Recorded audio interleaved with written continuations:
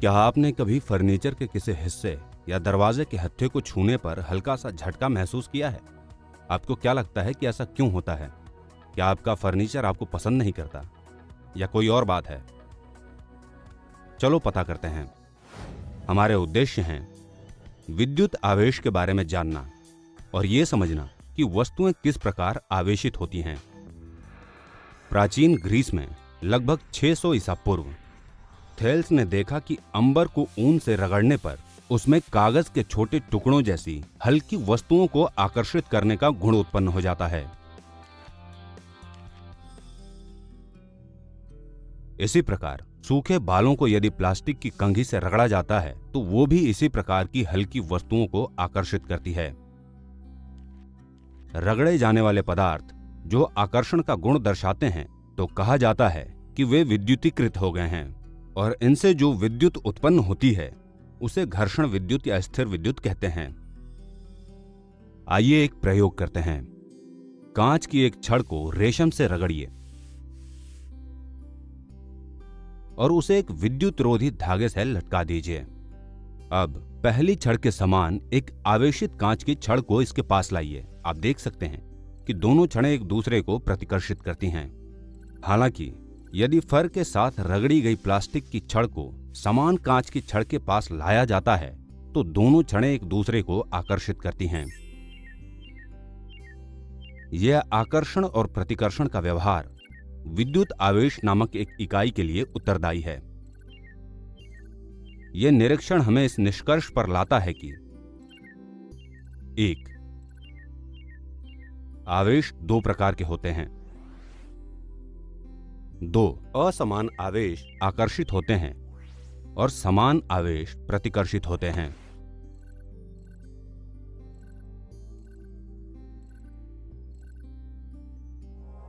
जब विद्युतीकृत प्लास्टिक और कांच की छड़ को संपर्क में लाया जाता है तो उनके द्वारा अर्जित आवेश परस्पर उदासीन या शून्य हो जाते हैं और छड़ें फिर एक दूसरे को आकर्षित नहीं करती हैं। अमेरिकी वैज्ञानिक बेंजामिन फ्रैंकलिन ने इन आवेशों को धनात्मक और ऋणात्मक नाम दिया। लेकिन ये आवेश कहां से आते हैं? प्रत्येक पदार्थ के समान ही कांच की छड़ में कई परमाणु होते हैं। प्रत्येक परमाणु में मूल कण होते हैं जैसे इलेक्ट्रॉन और प्रोटॉन। द्रव्यमान के समान इनके भीतर एक अन्य आंतरिक गुण होता है जिसे विद्युत आवेश कहते हैं। ये एक अदिश भौतिक राशि है और इसका एसआई मात्रक कूलॉम होता है। परंपरागत रूप में इलेक्ट्रॉनों में ऋणात्मक आवेश होता है जबकि प्रोटॉनों में इसी के बराबर मात्रा में धनात्मक आवेश होता है। चूंकि प्रत्येक परमाणु में समान संख्या में इलेक्ट्रॉन और प्रोटॉन होते हैं, ऐसे में प्रत्येक परमाणु का कुल आवेश शून्य होता है।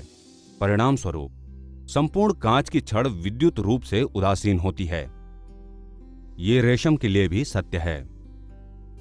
लेकिन जब उदासीन कांच की छड़ को उदासीन रेशमी कपड़े से रगड़ा जाता है तो रगड़ने में व्यय ऊर्जा का उपयोग इलेक्ट्रॉनों को स्थानांतरित करने में होता है। रगड़ने के दौरान घर्षण के कारण कांच की छड़ के परमाणु इलेक्ट्रॉन खो देते हैं।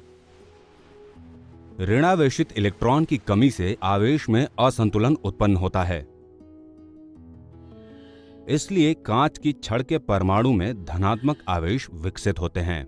ये इलेक्ट्रॉन रेशमी कपड़े के उदासीन परमाणु द्वारा प्राप्त होते हैं और अधिक इलेक्ट्रॉनों के कारण आवेश में असंतुलन उत्पन्न होता है। परिणाम स्वरूप यह ऋणात्मक रूप से आवेशित हो जाता है। रगड़ने के दौरान यही प्रक्रिया बार बार दोहराई जाती है और कांच की छड़ धनात्मक रूप से आवेशित हो जाती है और रेशम का कपड़ा ऋणात्मक रूप से आवेशित हो जाता है। आवेशित पिंडों के बीच आकर्षण और प्रतिकर्षण के कई औद्योगिक अनुप्रयोग हैं। जैसे स्थिर वैद्युत पेंट को जिस वस्तु पर स्प्रे किया जाता है वो धनावेशित हो जाती है। जब कणित्र से पेंट की छोटी बूंदें बाहर निकलती हैं तो वे घर्षण के कारण ऋणात्मक रूप से आवेशित हो जाती हैं।